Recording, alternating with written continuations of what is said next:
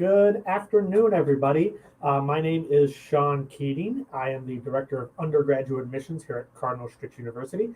I would like to welcome you all to our second live stream event here on Facebook and YouTube, talking about financial aid, FAFSA and financial aid resources. With me is Mark, our Financial Aid Director here at Cardinal Stritch University. Like I said, this is our second live stream that we're doing. So we're not going to go over a lot of the same questions we did before, but we know that sometimes some things get missed because you didn't join us last time or you haven't had a chance to review our recording from our last live stream event. So we're going to go back over some of the questions that we've done previously. But today we're actually going to be spending some time on some questions that we've tended to get that are a little bit more difficult for students to get answers to when they're going through the financial aid process. But I know that Mark has the cheat sheets in his pocket right now, so he's ready to answer those questions really easily for us. If you do have questions while we're doing our live stream event, we are monitoring our comments section on Facebook, so we can try and get your questions answered by Mark or by myself. So by all means, just type them down in the chat function down below and leave your comment for us. So Mark, last time we talked a little bit about how students actually apply for financial aid and what forms are needed in the financial aid process. So can you tell us a little bit more and remind us again about how we actually have students apply for financial aid? Sure.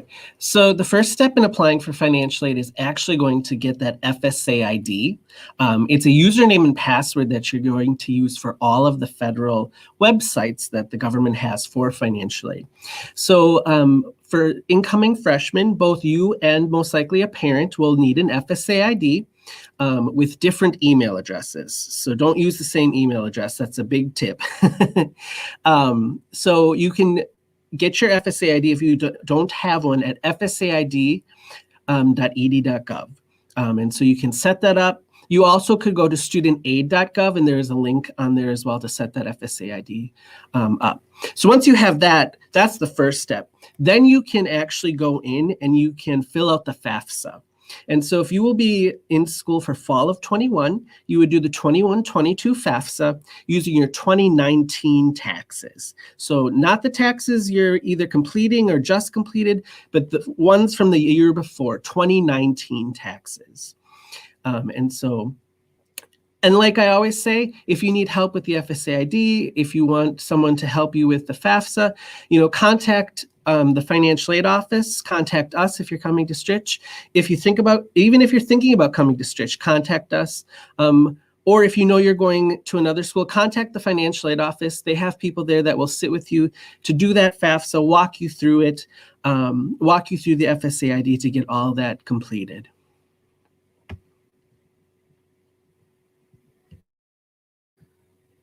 I think you're on mute, Shaun. I am on mute. Gosh, look at that.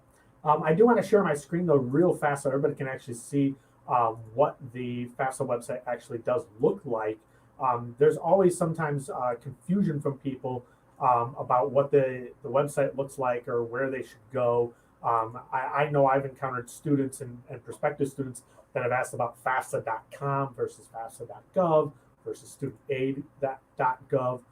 So this is the actual FAFSA website that students are going to be directed to. So this is studentaid.gov.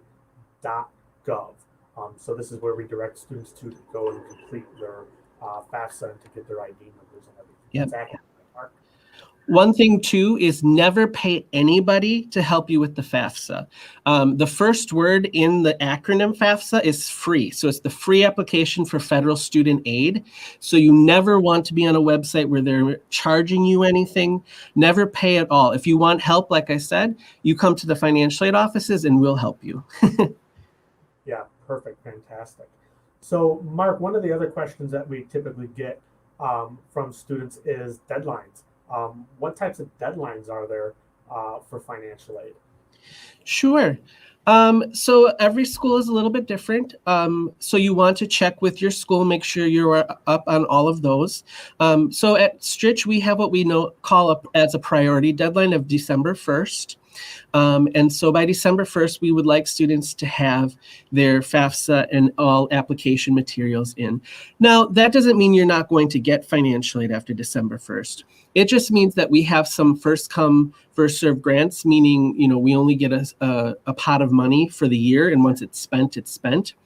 Also, sometimes the state will put a deadline on their state grant. So we always say to have students apply by December 1st. So it puts them in the best situation to get the most financial aid that they're eligible for. The worst thing I see is when a student could qualify for a lot of financial aid, but they apply late. And they can miss out on those, first come, first serve grants, or the state has started waitlisting people. So we don't want you in that situation. And so our deadline, and it's not a hard deadline. Like I said, if you apply after December 1st, we will still award you financial aid. There's some funds that never run out, so that's a good thing. But we encourage students to apply early. So if you can do the FAFSA on October 1st, do the FAFSA on October 1st, but don't wait too long, and definitely don't do it after December 1st if you can help it. Great, fantastic.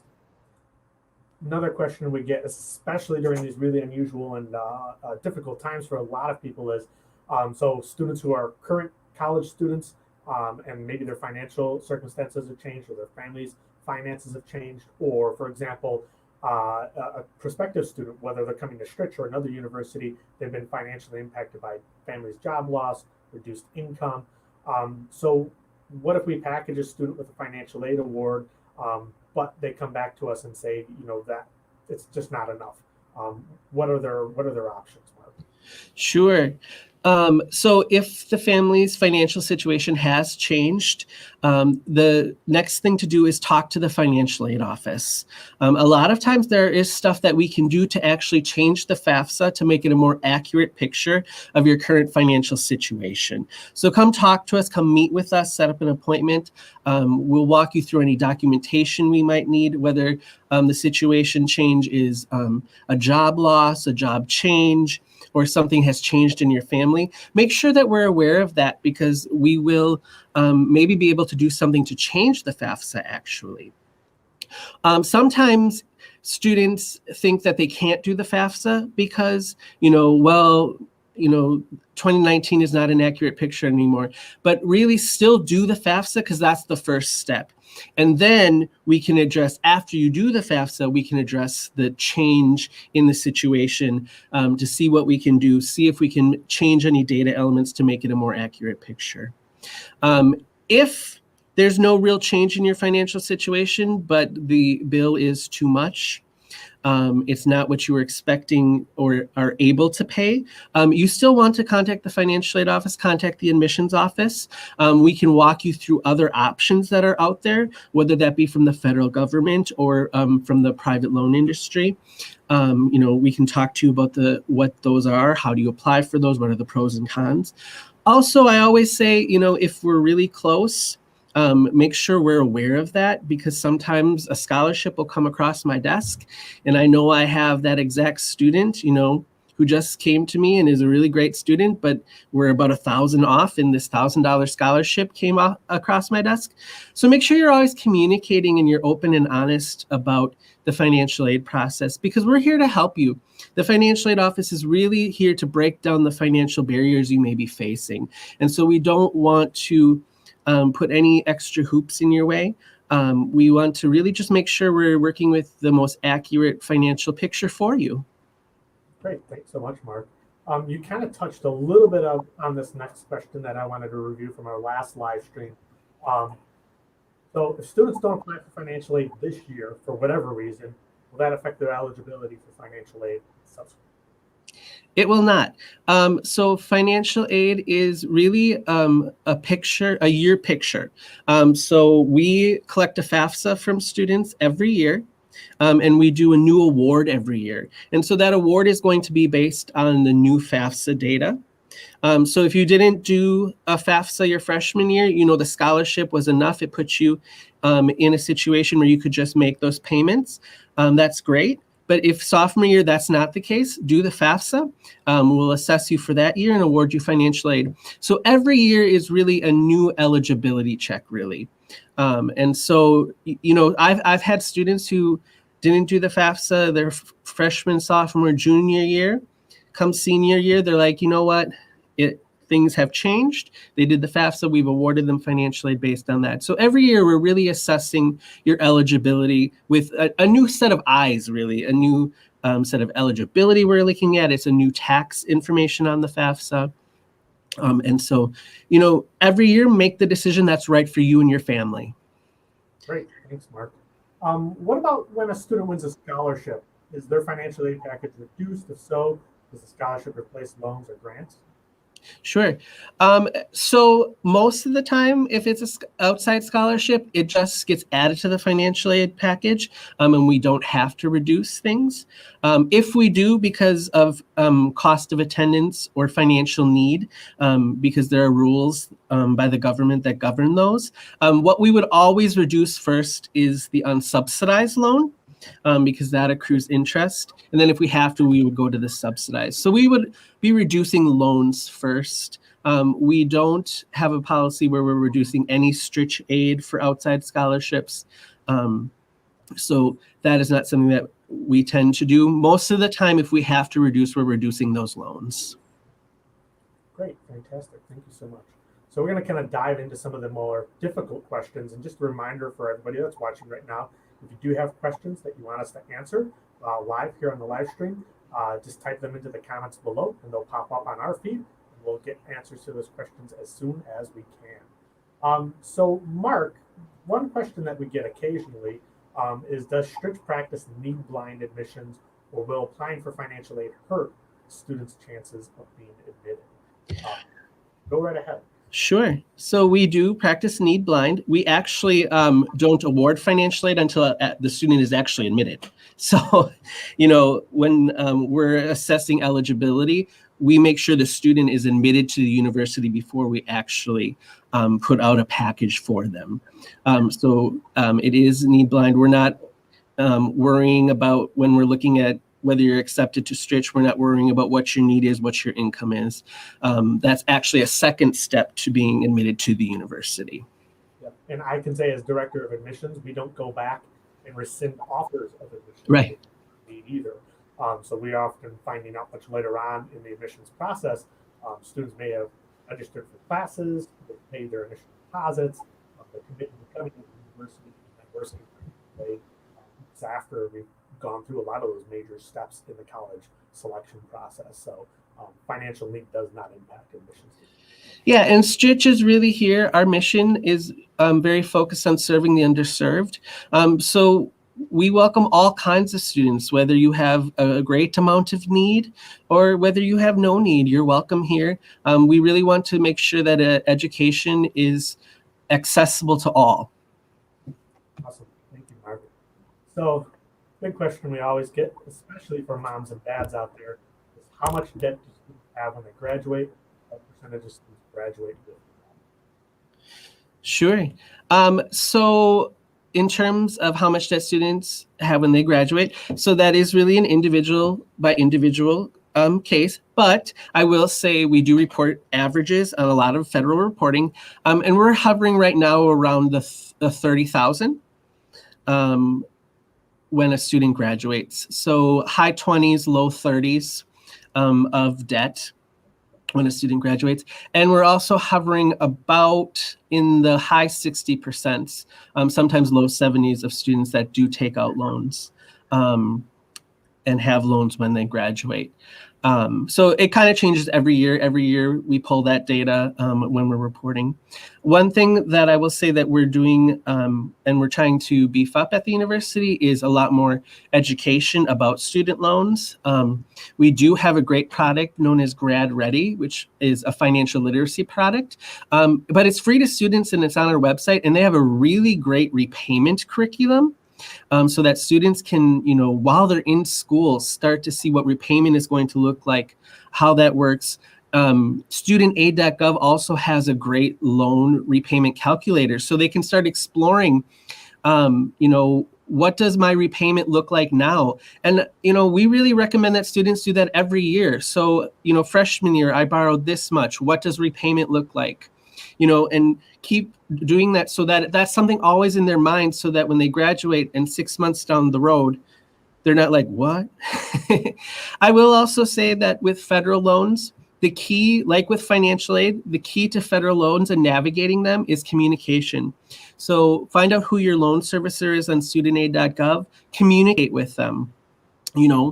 There's a lot of safety nets involved with student loans. So communicate your situation, communicate what's going on. If you need to change your payment plan, change your payment plan. So as long as you're communicating, as long as you're borrowing educatedly and smartly, student loans can be actually a real safety net and something that helps you gain an education. And they don't have to be something that people are so afraid of. Yeah, thank you so much. And I want to echo too Mark's point too of the actual affordability of loans. A lot of people don't think about that necessarily, but right now the interest rates on most of the federal loans are at record lows. Yep. In some cases, Mark, I believe even lower than private loans that students could get from private banks. Oh yeah. So yeah, there's a lot of great opportunities there to maintain affordability even with the addition of loans. Yeah, and like I said, federal loans have a lot of those safety nets. Also, the key to borrowing too is if you don't need the unsubsidized, which is going to accrue interest, don't take it out. So if the balance is paid without the unsubsidized and you don't need the living expenses, you don't decline it. And we always encourage that as well. Only borrow what you need to make your college education possible, and don't borrow more than that. Where students, I think, sometimes get in trouble is they borrow a lot because they're afraid they won't have other income sources, and then that can really compound itself. So, and if you want to talk to the financial aid office, come meet with us. We'll talk to you about, here's what your balance is, and options, and talk to you and put you in touch with our career office to get a work study job. We're here for you. We're here to answer your questions. We're here to counsel you, really. That's awesome. Thank you. So next big question, does Stritch meet students' full demonstrated financial need, or do we practice gapping, which will Stritch meet their full financial need for all 4 years of college? So Stritch follows a formula. So we're always meeting a percentage of a student's financial need. There are some students where we will meet full need, but it's not across the board. It's really based on the eligibility from that FAFSA data. And so with Stritch institutional aid, that aid will follow you all 4 years. So if you were full-time, whatever scholarships and grants that Stritch awarded you, you will get again in the same amounts all 4 years. So if you have a $22,000 trustee scholarship and you're still full-time maintaining that 3.0 GPA, that's going to follow you your whole career. So you can always count on that $22,000. Fantastic, thank you. But like I said, if something changes, come see financial aid. Something too that I want to share as well that we mentioned in our last live stream event was Fastweb. Do you want to talk a little bit about Fastweb, Mark? Sure. So fastweb.com is a scholarship database. And so it is a database of private scholarships that are out there. And so what students can do is they can create a profile on Fastweb. And all students can do this. It's not only students that are eligible to do the FAFSA.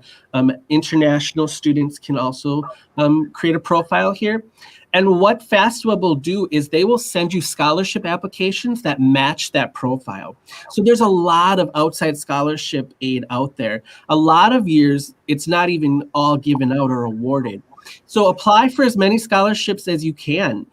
Create a generic essay that can be easily adapted, because a lot of the scholarships usually are asking for a similar essay.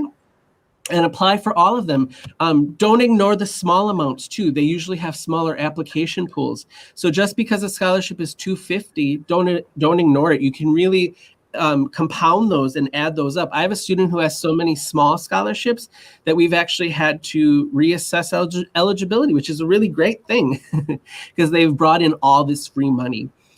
We also, besides fastweb.com, we also have a scholarship information page on our MyStritch page. So when students log into MyStritch, and then off of Finances and Aid tab, they'll see a link for scholarship information. And so those are also outside scholarships that we have vetted. We get a lot of emails in our email inboxes from companies with scholarships. And so we vet those, and then we'll put those on there. So check that out once a month, because we're updating it often, and see what scholarships you can apply for. How can I maximize that free money for going to school? So we talked a little bit about loans. We talked a little bit about scholarships. Fastweb is a great resource for that. So the next question, Mark, is, does Stritch practice front loading of grants, or can students expect to receive a similar financial aid package all 4 years, assuming things don't change for them? Yep. So as long as their eligibility stays the same and they're full-time, the institutional aid will be the same. So that will roll from year to year, so they can count on that funding. Federal and state grants, those are going to be based on that FAFSA every year. And so we are going to assess what your eligibility is from that FAFSA. And so the institutional aid, we're going to, as long as you're full-time, and then for scholarships meeting the GPA requirements, we are going to roll those, so we do not front load. So whatever your aid package is your freshman year in terms of institutional aid, you can pretty much count on that for 4 years as long as you stay full-time. So the one caveat is you do have to stay full-time for institutional aid. Great. I'm going to backtrack back to one of our earlier questions that we had in our last live stream event. And this is the question about work-study jobs. This comes up quite a bit. We talked about loans, we talked about grants, we've talked about scholarship opportunities. Work-study is kind of a unique part of the financial aid process. So if a student does get a work-study job, how many hours would they be required to work per week? Part-time jobs available to qualify for it. Yep. So for work study, we do allow our work study students to work up to 20 hours per week while they're in school. So while they're in class sessions. And then if they are not taking classes in the summer or during like Christmas break, they could work 40 hours as long as they're not in class, but 20 hours per week while they're in school. And so what work study is it's a need-based fund, and it allows departments to pay the students out of that need-based fund. And we do have several part-time jobs available on campus. I actually was the product of a work study job for Stritch, and that's how I found my passion for helping students with paying for college. And really, it started me on the path to become the director of financial aid. And so the part-time jobs are available to work study students. They're also available to students who don't qualify for work study. We hire both, so we will hire work study students and non-work study students. We also have this interesting thing for our work study students with the Experiential Learning Center, where students can get internships off campus and use their work study for that. And so they can fulfill that internship requirement, be working at a nonprofit off campus, and get paid from work study. So that's a really cool thing that students might want to explore. One thing to keep in mind with work study, and I always try to remind students and parents of this whenever I can, is work study is something that is not going to be transferred to the student account, so the student bill. It's like any other job, they're going to get a paycheck that is direct deposited to them.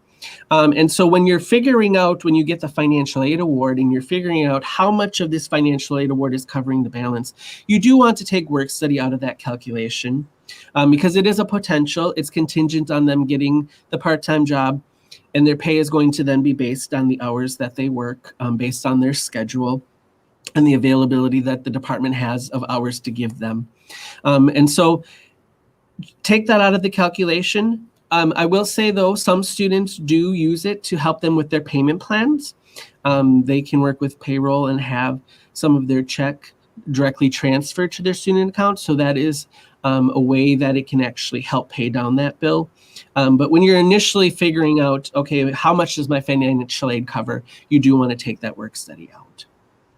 Fantastic, thank you. So last big question that we have for this live stream is, What big changes should we expect for FAFSA in the next year?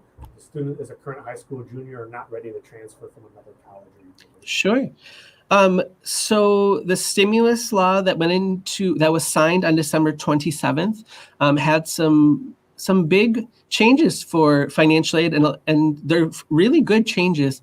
The biggest thing that is changing is the government is moving away from the EFC, the estimated family contribution, which we use to determine eligibility for federal student aid. And they're moving more into a more understandable term, student aid index. So with your student aid index, it will determine where you fall on grant eligibility for the federal government. So Pell eligibility, where you fall in terms of calculating financial need, things like that. So it's a more understandable term. Also, what's really nice is the FAFSA is going to be easier. They're even further simplifying it for the 22-23 cycle. So it should be an easier form. So those are all really exciting things. But like I said, just because it's easier, it doesn't mean you can't make an appointment with financial aid. We'll do the FAFSA with you and walk you through that form as well. There are some other changes that are affecting the formula for the student aid index. Like number in college is changing, but those are things that we will work with families on if they are impacted, and contact them and do some outreach. Great, fantastic. Well, it doesn't look like we received any questions in the comment section, unfortunately. That's why we had prepared questions. But you can obviously go to our website, go to the restrict.edu/financial aid website to learn more about financial aid at Cardinal Stritch University. There's also some really good general information on there. As Mark mentioned, there's also scholarship information. If you have really specific questions that you don't want to ask in the comments below, you're feeling a little embarrassed or you want to keep some things private, that's okay. You can email the financial aid team at finaid@stritch.edu, or you can call them at 414-410-4048.